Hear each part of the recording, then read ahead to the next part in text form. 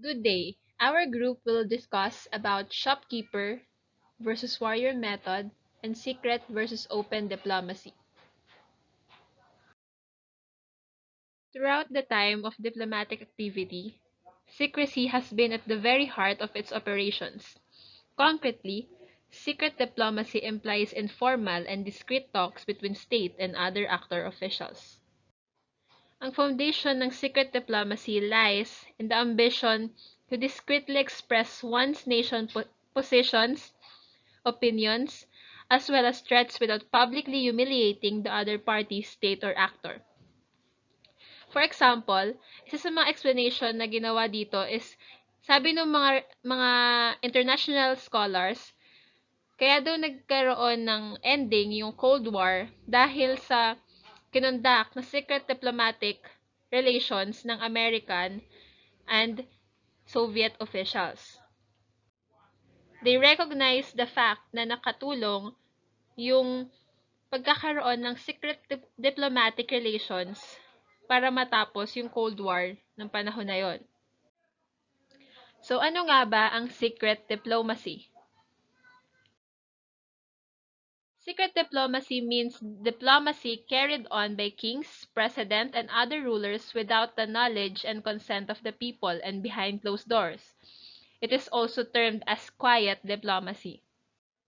So, nagkakaroon ng tinatawag na secret diplomacy pag yung leader ng isang bansa or yung representative ng isang bansa, tulad nga ng kings, president, or yung ruler na mamahala sa bansa na yon, is nagkaroon ng alliance or na nagkaroon sila ng usapan ng isa pang leader ng isa pang bansa na hindi alam or walang consent ng iba pang mga tao. So, between sa dalawang officials lang. Between sa dalawang namumuno lang. Tinatawag din siyang quiet diplomacy kasi nga walang ibang may alam na nagkaroon ng negotiation, na nagkaroon ng alliance between sa dalawang nation na yon.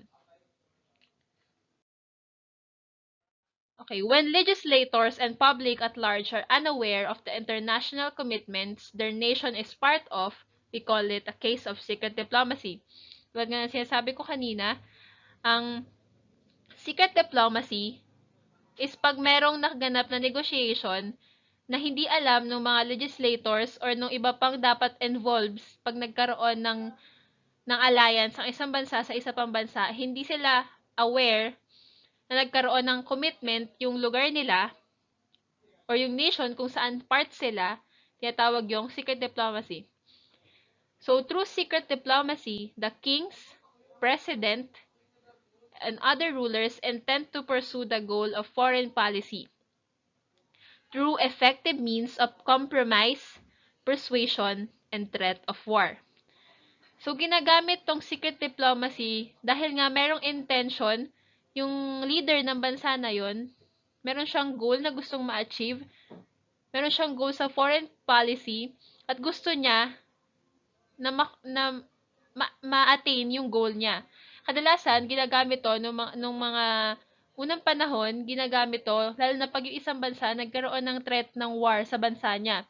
So, ginagawa to ng isang leader para proteksyonan yung bansang nasasakupan niya.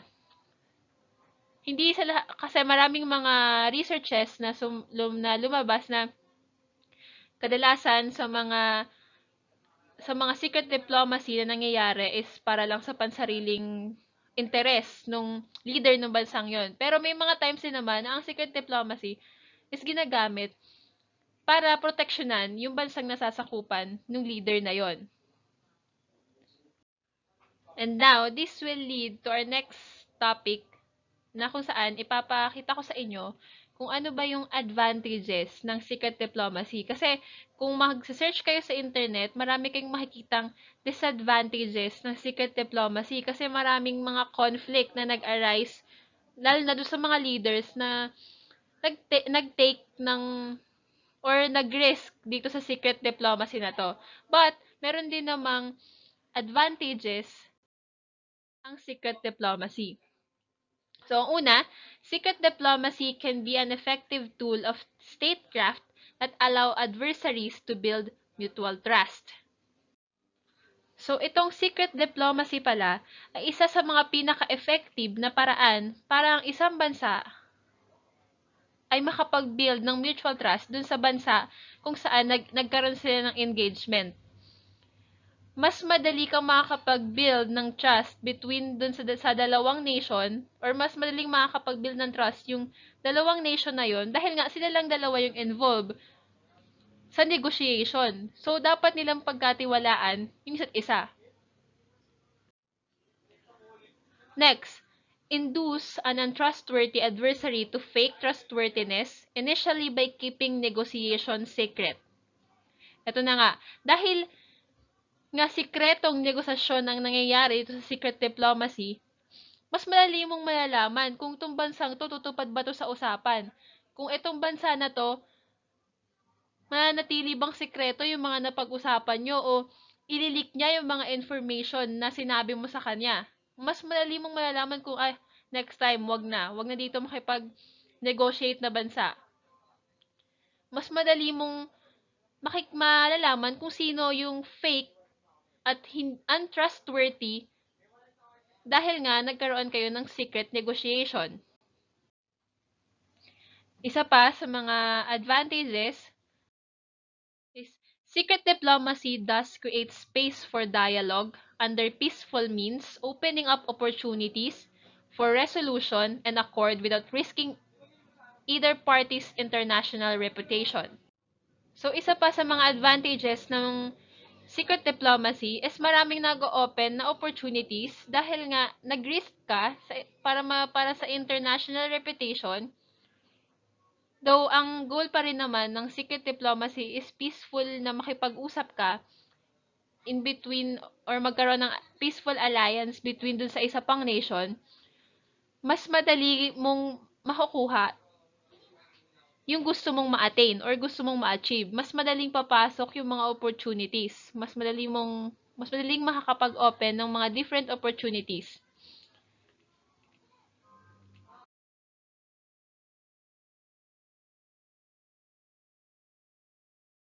Disadvantages of secret diplomacy.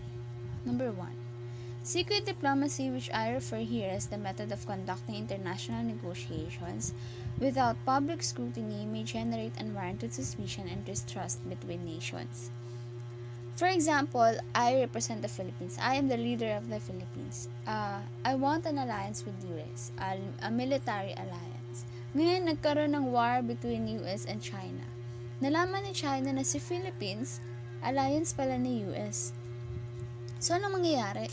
Mawawala yung trust ni China sa Philippines. Mawawala yung support ni China sa Philippines. Another example, let's make it basic.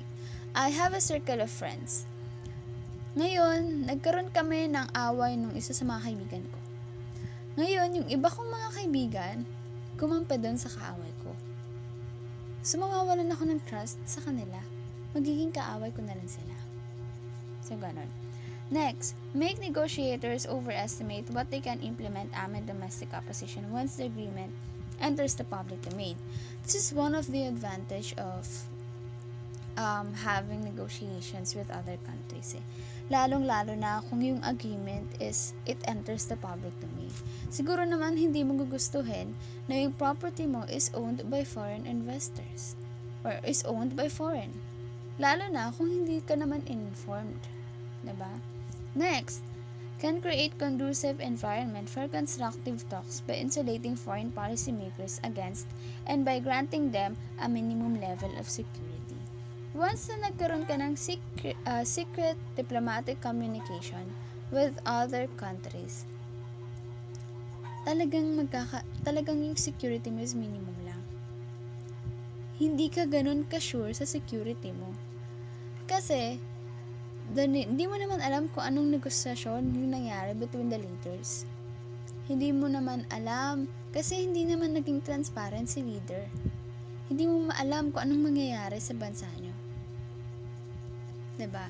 Kaya nga sabi, minimum level of security. Hindi ganun kataas yung security. And, once na nagkaroon ka ng secret diplomatic communication with other countries, mawawala si foreign policy. Mayat sa pera si foreign policy. What is foreign policy? National's interest. How can it be a national interest kung yung communication is between the two leaders only? Diba? Without the public concern. Next, it can lead to war. For example na lang nito, World War I, diba? Russia with alliance with Serbia and France. Germany with alliance with Austria. And just a single assassinations. And 5 years later, 40 million people dead. Siguro kaya tong i-avoid. And because of secret diplomatic communication or this secret communication, siguro hindi ganun kadami mamatay. Diba? Next, you can't run a country without a public concern. Article 3, Section 7 ng 1987 Constitution. Sinasabi dito na right of the people to information on matters of public concern. Diba? Kapag hindi ka naging transparent sa lahat ng ginagawa mo, hindi mo pinapaalam lahat ng information, it can shake the public support. And you can't run a country without a public support. When the public disclosure of diplomatic secrets is a cause of concern to nation security, secrecy is vital. Hello! For today, we will going to discuss about open diplomacy, and we will try to know how it could affect the situation of the state. First, let's discuss the definition of open diplomacy. According to U.S. Legal Dictionary, it is the negotiation or discussion of affairs between nations. Their goal is to have friendly communication which gives free access to the member. Sa open diplomacy, nakakaroon ng maayos na pag-uusap ang maliit-man o malaking bansa na maaari rin silang magbigay ng suwestyon at talakayin ng mga hindi nila pagkakaintindihan. Ito rin ay maaaring ituring na hayagang negosasyon gaya ng ninanais ni Woodrow Wilson. Isa ang Asian Summit sa maaaring ihalimbawa sa open diplomacy. Ito ay ang pagsasama-sama ng mga leader ng bansa sa Timog Silangang Asya. Dito rin na maaari nilang talakayin ang sitwasyon ng bansa. Paano nila paunlarin ang Timog Silangang Asya? Dito rin ay pag-uusapan ang hindi nila pagkakaintindihan. Isa ito sa larawan noong World War I na naganap noong 1914 to 1918, kung saan libo-libo ang namatay, nasugatan at di na natagpuan. Mamaya tatalakayin natin kung bakit nagkaroon ito ng koneksyon sa World War I. Isa ang Midland Railway Company sa pinaka-naapektuhan ng digmaan noong 1918. Dito, malapit binagsak ang 5 bomba na nagkaroon ng 20 namatay at 33 na sugatan. Ito ay tinuturing na may pinakamaraming casualty dahil sa air raid. Ano nga ba ang air raid? Ito ay ang pagtatapon ng mga bomba mula sa taas gamit ang iba't ibang klaseng sasakyang panghimpapawid. Narito ang mga datos kung saan nakatala ang bilang ng namatay, nasugatan, nakulong at nawala noong panahon ng World War I. Ngayon, talakayin naman natin si President Woodrow Wilson ng Estados Unidos na presidente noong panahon ng World War I, kung saan naglayo na magkaroon ng open diplomacy matapos ang World War I at binuo ang 14 points. Ginawa niya ang matapos ang World War I ang 14 points upang magkaroon ng pagkakaayos sa pagitan ng mga bansa at hindi na maulit muli ang digmaan. Ito din ay binuo upang hindi na pairalin ang karahasan ng mga magkakaaliyadong bansa. Narito ang unang bahagi ng 14 points at paano natin siya may uugnay sa open diplomacy. Open covenants of peace, openly arrive at, after which there shall be no private international understanding of any kind, but diplomacy shall proceed always, frankly and in the public view. Ngayon, talakayin naman natin ang mga advantages ng open diplomacy. Una ay ang human rights issue, sumunod ang environment problems, economic development, the prevention of terrorism and criminal activity. Kilala natin si Joanna Dema Feliz kung saan namatay siya sa Kuwait sa kamay ng kanyang employer. Nakita siya sa loob ng bahay nito sa freezer. Matapos sa pangyayaring ito, sinundan pa ito ng isa pang pangyayari kung saan namatay din ng ilan nating kababayan, kung saan napagdesisyonan ng gobyerno ng ating bansa na magkaroon ng employment ban sa Kuwait. Ngunit hindi rin nagkaroon ng Memorandum of Agreement kung saan nakatala kung ano ang mga dapat gawin at kung paano mapaprotektahan ng ating mga kababayan sa kamay ng mga employer. Dito, nagkaroon ng proteksyon ng mga OFW sa kamay ng kanilang employer sa tulong ng ating bansa at ng Kuwait. Bukod sa pagkakaroon ng agreement sa pagitan ng mga bansa, maaari din magkaroon ng agreement sa pamamagitan ng organization at ng bansa, gaya ng IJM or International Justice Mission, kung saan pinoprotektahan ang mga mahihirap mula sa pang-aabuso. International Justice Mission Philippines released data last February 2019 of the percentage of minor cybersex victims. On their statement, 80% of victims that have been rescued are minors. They exploited all over the world. IJM also said that the most of them were trained by their own family members and relatives. One of their operations have rescued children with age ranging 3 to 12 years old, both girls and boys. IJM and PNP have collected over 4,000 videos and images of boys and girls on man's laptop. Child pornography is one of the included in the cybercrime, which is protected by RA 10175, also known as Cybercrime Prevention Act. This law was created to protect everyone from different crime through the use of gadgets and social media platforms. So, yun nga, nagkaroon ng pagtutulungan sa pamagitan ng IJM at ng PNP upang maprotektahan ng karapatan ng kabataan pagdating sa pang-aabuso na mismong magulang mismo nila ang gumagawa. Sumunod ang environment o Multilateral Environment Agreement. Ang World Trade Organization nagkaroon ng kasunduan sa pamamagitan ng iba't ibang organisasyon mula sa iba't ibang bansa kung saan poprotektahan ang environment mula sa pagkasira nito. Paano nga ba yun? Nagkakaroon ng destruction sa kalikasan natin sa pamamagitan ng noise pollution, air pollution, and water pollution na nanggagaling o maaaring manggaling sa mga kumpanya. So, dito sa economic development, maaaring magkaroon ng isa o maraming agreement sa pagitan ng mga bansa upang mapaunlad ang ekonomiya ng kani-kanilang bansa.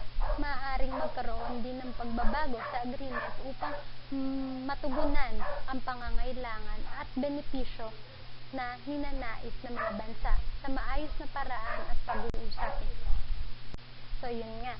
Sa pamagitan ng open diplomacy, maaaring makita natin kung ano nga ba yung magandang maidudulot nito pagdating sa security, pagdating din sa karapatang pantao na sa mga batas na ipapatupad ng mga bansa ay naroon ang matataas o gaya ng United Nations, tinitingnan kung naaayon pa din ba ito sa kasunduan ng mga bansa na sumusuporta na maprotektahan ang human rights.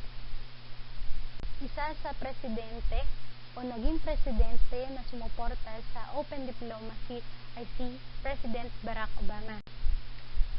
Sa panahon ni Barack Obama, sinabi niya, "Starting today, every agency and department should know that this administration stands on the side not to those who seek to withhold information but those who seek to make it." So dito, ninanais ni Barack Obama na magkaroon ng transparency pagdating sa impormasyon sa mga kababayan nila. Bilang huling bahagi ng talakayang ito, open diplomacy. Openness is in the respect like pacifism, just as we cannot embrace complete disbursement while others stand ready to use their weapons. So Wilson's word to open diplomacy is a noble idea that cannot be fully realized in the world in which we live. Sa panahon ng World War I, nagkaroon ng paggamit ng karahasan sa kabila na maaaring pag-usapan. Kaya matapos ang World War I, binuksan ni Woodrow Wilson ang mundo sa ideya ng diplomasya ng mga nasyon, kung saan sa pamamagitan ng walang palihim na negosasyon ng mga bansa, maaari itong makatulong upang magkaroon ng katahimikan at pagtutulungan at pati na rin pag-unlad ng mga bansa. So narito ang aking mga sanggunian na ginamit para sa pag-aaral na ito. So we're going to tackle the disadvantages of open diplomacy. But first, let us know what is the meaning of open diplomacy. It means the negotiations and discussions carried out in handling affairs without arousing hostility. It is usually carried on with free access to interested observers and members of the press. It refers to the art of and practice of conducting negotiations between nations or the relationship or the agreement between the international relations. So, going back, here's are some picture of open diplomacy. And they're going, first thing that we know as and disadvantages of open diplomacy is argument against open diplomacy, which called the president's argument. Things happen in foreign affairs which would, if generally know, steer the spirit afar. This is called president's argument because they believe that the president had a profound desire to keep us out of war, and that he thereof kept from the public knowledge of many things to preserve a spirit of peace. If our diplomacy is open, it will be open to all things and will lead us to war. So as a president, all he wants is the peace. So here's the example of the president argument, and that will lead to war in case the disadvantages of open diplomacy. Next is open diplomacy is too bold. It can be seen by other countries or by countries' enemy that will give a chance to study their diplomacy and ruin it. Not also in countries' enemy, but also terrorists will study how strength it is and can start a revolution. All of our life have been invaded from the outside, so all of our projects, all of our striving can be attacked if we're going to be open. From without, we got it to watch beyond the border. So next is the criticism. Open democracy will lead people into critical observation and steering the mind of people which they have many different opinion. It will upset the spirit of peace and again possibly lead to war. So sometimes there is chances that open diplomacy is the reason why it is open is to encourage people to agree with the agreement. But sometimes there is a case na naiiba once na in-apply na. It is just for people to agree, and once it is the real purpose, yung lumalabas. But and facts and comments by the media can influence not only the public opinion, and many questions will arise. So, ang tendency, we cannot achieve peace. Shopkeeper diplomacy is characterized as practical, open-minded, candid, and compromising. This characterization was put forth by some scholars and diplomats who either observed or participated in North Korean United States negotiations at the Inter-Korean Summit. According to writing of Harold Nicholson, a British scholar and diplomat, I believe in all sincerity that it is on the whole the type which is the most conducive to the maintenance of peaceful relations. It means that shopkeeper diplomacy practice is to objectively maintain peace and order. Shopkeeper is the best, moral, and most successful diplomacy. Like British diplomacy, in which they call it shopkeeper, they like to model or ang pagiging balimbing. British diplomacy throw logic and common sense to the winds. Ilan sa mga halimbawa ng shopkeeper diplomacy ay ang North Korea-US negotiations or North Korea-US Inter-Korean Summit at ang first North Korean Prime Minister Kim Jong-un and US President Donald Trump has a word wars threatening both sides about nuclear weapons. Jong-un and Trump exchange words that triggers for declaration of war.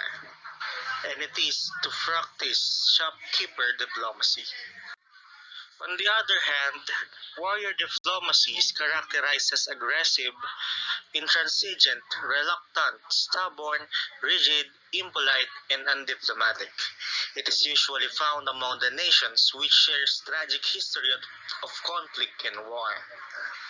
Ilan sa mga halimbawa ng warrior diplomacy ay ang DRPK o Democratic People Republic of Korea, and Republic of Korea, both from tragic conflict or war.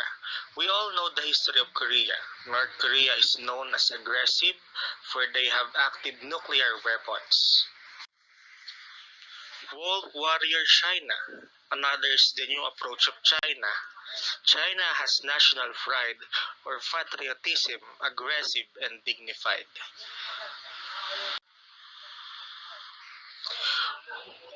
We never pick a fight or bully others, but we have principles and guts. We will push back against any deliberate insult, resolutely defend our national honor and dignity, and we will refute all groundless slander with facts, said Wang, responding to a question from CNN. Ang warrior diplomacy ay characterized as impolite and undiplomatic. Ilan sa mga halimbawa ng warrior diplomacy na ginagawa ng China ay ang pagkamkam sa West Philippine Sea, sa ilan sa mga teritoryo ng Taiwan, Singapore at Tibet. Upang mas maging madali, ang shopkeeper diplomacy ay simply para magkaroon ng kapayapaan sa pagitan ng bawat estado at bansa. Habang ang warrior diplomacy naman ay ginagawa ng ibang bansa sa ibang estado upang maging dominante o mas maging aggressive ang kanilang approach sa ibang estado. Kung kaya naman, mas maganda at mas maayos kung ang mga bansa na ito ay gagamitin ng shopkeeper diplomacy over warrior diplomacy.